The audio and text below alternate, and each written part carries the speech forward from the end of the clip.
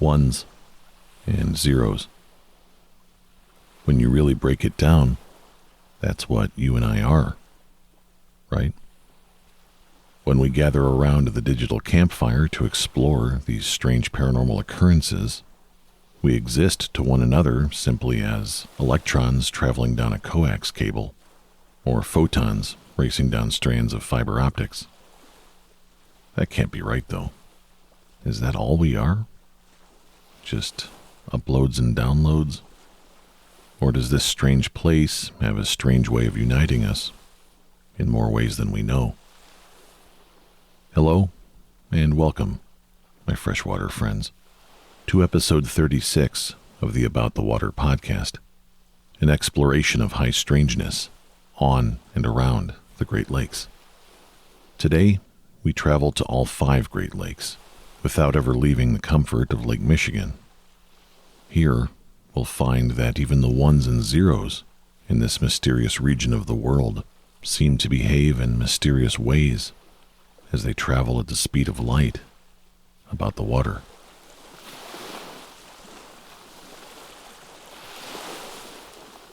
Episode 36, 100100.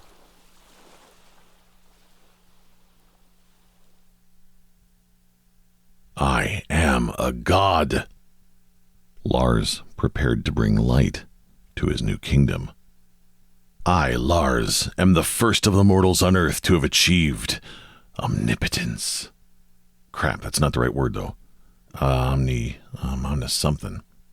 Hey, Sophie, what's the word that means to be everywhere at once? The voice of Lars's older sister echoed down the hallway. Splattered. Staying true to her character, Sophie was as helpful as always. Ooh, no. Bespattered. Lars shut his bedroom door to shield himself from any further synonyms, and then it came to him. Omnipresence. Lars was the first of the mortals, at least on the western shores of Lake Michigan, to achieve omnipresence.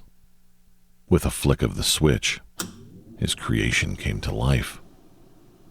It's alive. It's alive! Oh man, this is awesome. As Lars sat down at his computer desk, he heard Sophie's muffled voice through the door. You need friends. 10 minutes later, everything was running beautifully. History could forget all about the Edmund Fitzgerald. Lars's new custom-built computer rig was truly the pride of the American side. Intel Core i9 processor, NVIDIA GeForce RTX 5090 GPU, 4TB primary drive, 8K ready, liquid-cooled, stainless steel. But the part that made Lars smile ear to ear was the one feature that even us petty mortals could understand and awe at: his monitor setup. There were 5 in total: a large central monitor, through which he could do everything from gaming to exploring Google Earth, and 4 smaller monitors surrounding it. One screen provided AI-sorted news updates for every American and Canadian town within a 30-mile drive of a Great Lakes shoreline. Another displayed a carefully curated collection of social media feeds, including everything from freshwater artists to beachside burger joints. Monitor 3 hosted a sophisticated land and marine weather app covering all 5 Great Lakes and most of the St. Lawrence River. But Monitor 4 was the one that received the most retina time. Lars spent well over a month collecting links for every single Great Lakes webcam to which the public had access. And now they were being displayed, one after another in 30-second increments, using an automated system that Lars created himself. Lars put on some music, sat back, and enjoyed the fruits of his labor as he observed his kingdom. The Great Lakes summer tourist season was off to a great start, and the live webcams reflected it all. At Horseshoe Falls, thousands of Canadians and Americans united in admiration of the power that is Niagara. Over in Chicago, Lakeshore Drive was packed, as was the beachfront next to it. At Lake Erie's Marblehead Lighthouse, a sinister-looking shadowy figure was staring menacingly at the camera. While up in Lake Superior, Wait. Lars leaned forward as the live feed switched to the next camera, tabbing his display back to the lighthouse. On the right side of the live video was the 60-foot-tall, beautiful white tower that was Marblehead Lighthouse in Marblehead, Ohio, just north of Sandusky, Lake Erie. On the left was a single figure, wearing some kind of long black hoodie. Or maybe not a hoodie. Is that a cloak? Lars asked the screen. The bottom half of the large and square-shouldered figure's face was covered in a black mask. On sight, Lars believed it to be a man in his mid-30s. He was staring directly at the camera in a way that unnerved Lars to his core. At least until the feed toggled to the next camera 30 seconds later, and he became so distracted with his incredible machine that he immediately forgot all about it. At least, for the time being. On what would turn out to be day 1 of 7. Day 2. Lars blinked himself awake to the sound of his alarm clock. His eyelids felt like sandpaper, scratching against his overburdened eyes. He had spent most of the previous night indulging in his masterpiece, before falling asleep only a couple of hours ago. He definitely needed more sleep, so he went to his computer desk and fired it up. Waking up early is always a treat. You're the first to hear the news, the first one to see social media photos of the sunrise over Sleeping Bear Dunes. You're the first one to see that creep in the hoodie still staring at the camera. Oh, you gotta be kidding me. Lars rolled his eyes, wondering if the strange figure had actually stood out at Marblehead Lighthouse all evening. But wait, Lars said, staring at the screen. He's not at Marblehead Lighthouse. The structure in the frame was actually the small wooden lighthouse they put up at New Buffalo Beach. The angle of the camera allowed for the man to stand unsettlingly closer, looking up at an angle just a few feet below the snack shack roof on which the camera was mounted. His eyes were a piercing blue, his face still covered from the nose down, with a wave of black hair sticking out from under his hood. It was early enough in the morning that there weren't any beachgoers around yet. But there he was. New Buffalo, Lars said, pulling up maps on his center screen. There's no way. A quick search of driving instructions from Marblehead Lighthouse in Ohio to New Buffalo in Michigan made Lars do a double take. This freak drove nearly 4.5 hours, 237 miles across the entire width of Michigan for this little stunt. Lars caught the man's gaze on the screen and smirked. All right, get a life, guy. And with that, Lars went outside to bask in some natural light. Day 3. Oh, you've got to be kidding me with this dork. Lars deactivated the 30-second auto-scroll feature on his webcam display and drug the feed to his main monitor so he could see every detail. The figure in black was on the move this time, slowly lumbering down the North Pier of the Duluth, Minnesota harbor entrance, western Lake Superior. More than his awkward limping shuffle, what Lars found particularly strange was that none of the passers-by on the busy pier seemed to give the man a second look. It was definitely t-shirt and shorts weather. Lars's weather app indicated that Duluth was nearly 80 degrees Fahrenheit, and yet the figure was wearing a long-sleeve, black, what appeared to be cotton or woolen robe. The figure's eyes never left the camera. Lars's eyes never left the screen. The man stopped next to a lamppost and seemed to lean on it to rest before standing straight up, almost as if at attention, and remaining there without moving a muscle for well over 10 minutes. With an unnerved click of the mouse, Lars resumed his 30-second loop and just let the video feeds run. not seeing the man again for the remainder of the day.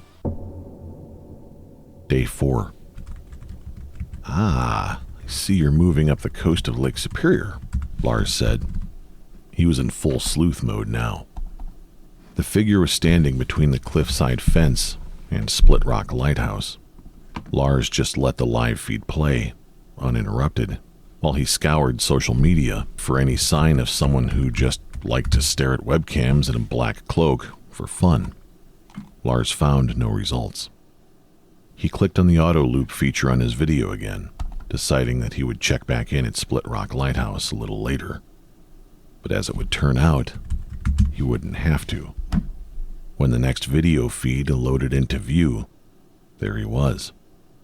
The same figure, the same strange black attire, same black mask, standing along the curved section of road where cars line up for the ferry, on Lake Huron's Drummond Island, 500 miles away from Split Rock Lighthouse.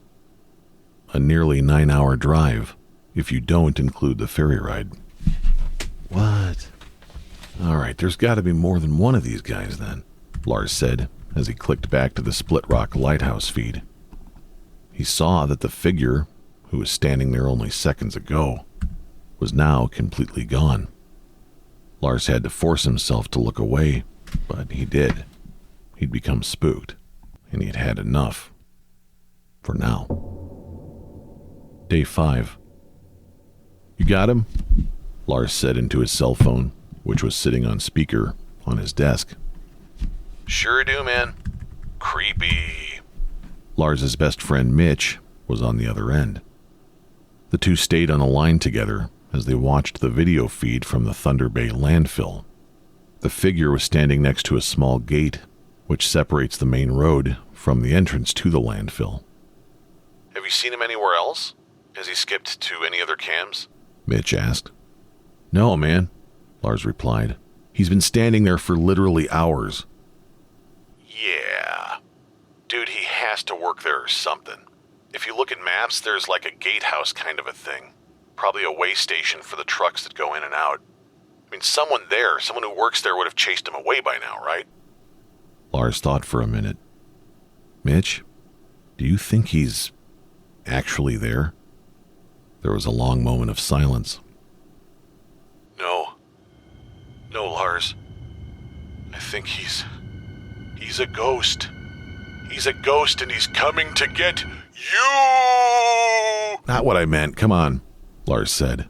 What I'm saying is the guy's probably some computer nerd like us, right? He's like superimposing himself on the screen just to mess with people. The very moment that Lars finished his proposal, the figure moved, slowly raising one of his black-sleeved arms, revealing that he was also wearing black, winter-style gloves. He extended one finger and wagged it at the camera, shaking his head. No. Man, you're seeing this, right? Lars asked. Yeah, that was kind of weird timing, huh? Timing my ass, Lars insisted. He's watching us, dude. The two friends quickly decided to remove anything on their computers that could be hacked into to transmit their own video or audio. All right, man, webcam off, mic off? Mitch asked. Lars replied, Off, dude, screw that. I just unplugged everything. Yeah, I think I'm done with this, man. You're on your own, Mitch said as he disconnected the call. With one more nervous look, Lars decided to log off as well. The figure slowly turned around with military-like precision and deliberateness before walking off towards the main road, waving goodbye over his right shoulder. Day 6. It took hours to find him. Lars spent his morning tabbing through all of the camera feeds as fast as he could, with no trace of the figure. But then, he finally found him. He was lost in a crowd, like some kind of a creepy Where's Waldo page. Overnight, the figure had somehow managed to cross the entire Great Lakes system, going from Thunder Bay on the western shores of Lake Superior to the far eastern end of Lake Ontario, over 675 miles in a straight line. The busy town of Kingston seemed to go about its cheerful day, completely unaware of the figure's presence. "How do none of you see this idiot?" Lars asked.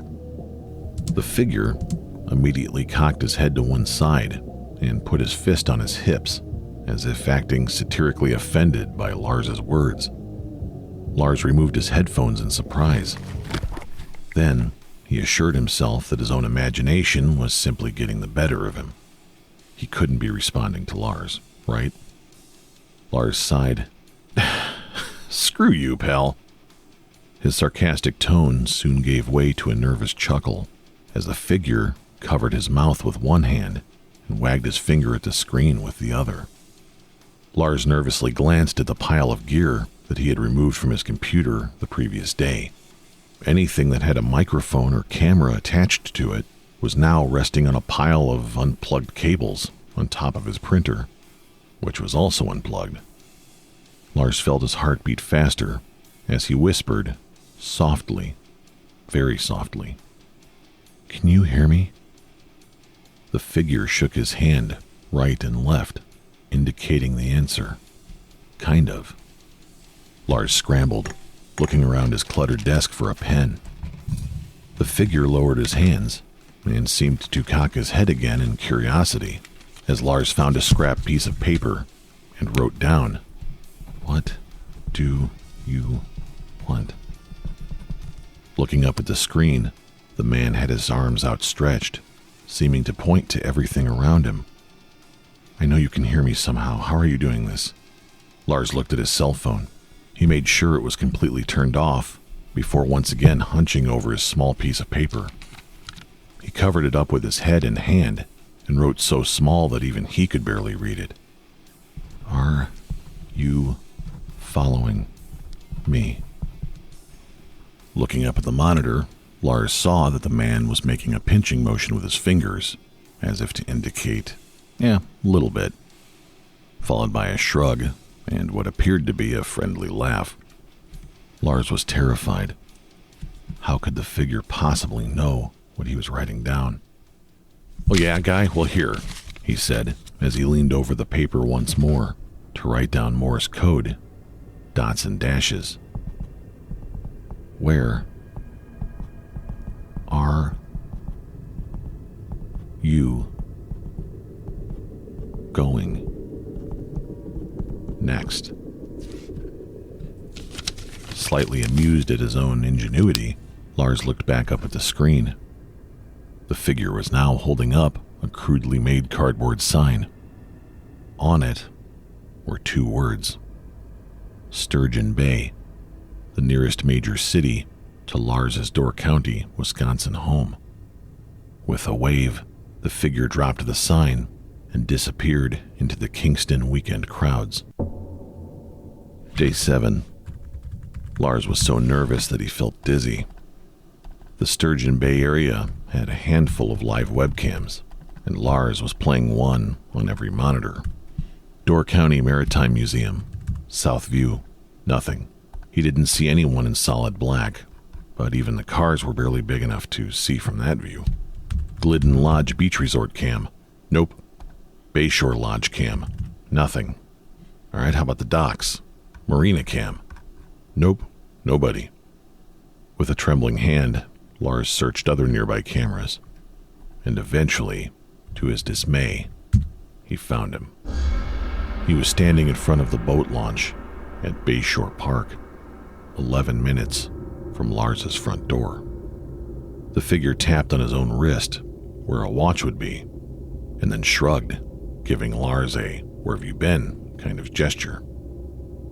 "You stay away from me," Lars insisted. With that, the figure took 3 paces towards the camera, leaning towards it and making a knocking motion with one hand as he raised the other towards the camera. With a snap of his fingers, Lars's computer rig and all 5 monitors went black. The front door. "Nobody answer it! Nobody answer it!" He rushed to get downstairs to warn the rest of the household as fast as he could, but he was too late. He heard the front door open. He made it down the stairs just in time to see his mom close it again. She motioned towards the dining room table. "Oh, Lars, great timing. Dinner just got here. Come on, let's go eat." Lars took his slice of pizza up to his room and ate in front of the computer, which was now working just fine. 2 cans of soda later, Lars still couldn't find the figure.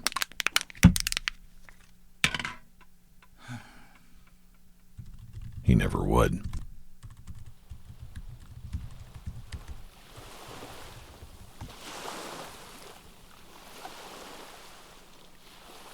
That's the good thing about audio-only programs like this one. There could be a strange figure watching you right now, and you'd never know. But if you had seen what Lars had seen, what would you make of it? Lars did send me a few time-stamped screenshots, which show the figure precisely as he described. The figure had a very tall and squared-off, unique build, and Lars does admit that if there was a team of these figures, they would all be perfectly matched body doubles. As a connoisseur of live cams myself, I can vouch, of course, that there are weirdos out there who do like to photobomb, especially the live feeds, like the ones that Lars was watching. I know this because I've done it myself. However, despite my ability to make a complete ass of myself, traveling over 500 miles in a matter of seconds is definitely not something that I, or anyone else, can do. Lars, his faithful friend Mitch, and the small handful of people with whom they'd previously shared the story all find themselves on the fence as to what happened. Multiple people coordinating a stunt across multiple cameras. Sure, totally doable. Seemingly reacting with and reacting to Lars and his statements in perfect timing. Not so doable.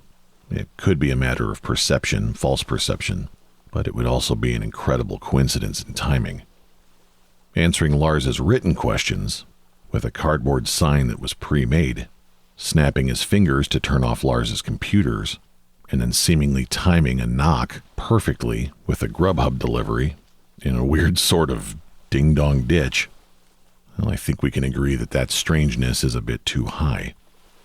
As per the norm in this realm, we're left with a disproportionate ratio of 0 answers to unending questions. Did anyone else see the strange figure? It doesn't seem so. I mean, nobody at Duluth, nobody at Split Rock Lighthouse, nobody in crowded downtown Kingston seemed to ever once give the strange figure a glance, despite his very out-of-place attire and incredibly unusual behavior. Certainly we would think that the gatehouse at the Thunder Bay landfill would have had someone who would chase him off promptly. Did anyone else report seeing him online? Well, aside from Mitch providing a remarkably consistent retelling of Lars's initial sharing of this instance, I couldn't find anything on social media or any online threads to indicate that mantling oneself in a shadowy cloak and haunting Great Lakes webcams is or has ever been a thing. So, what are we to make of these particular ones and zeros? Is there a mysterious traveler out there about the water? Or is there a ghost in the machine? Either way, now that you and I find ourselves sharing this particular digital airspace with Lars, here's hoping that neither ever knocks on your door. And with that, thank you sincerely for listening. If you're ever interested, there are a plethora of Great Lakes webcams out there. They're pretty cool and they're pretty easy to find if you haven't come across any already. During all of your digital explorations of this incredible place, here's hoping that all of your ones and zeros are as grand, beautiful, and enduring as our Great Lakes. I'll see you about the water.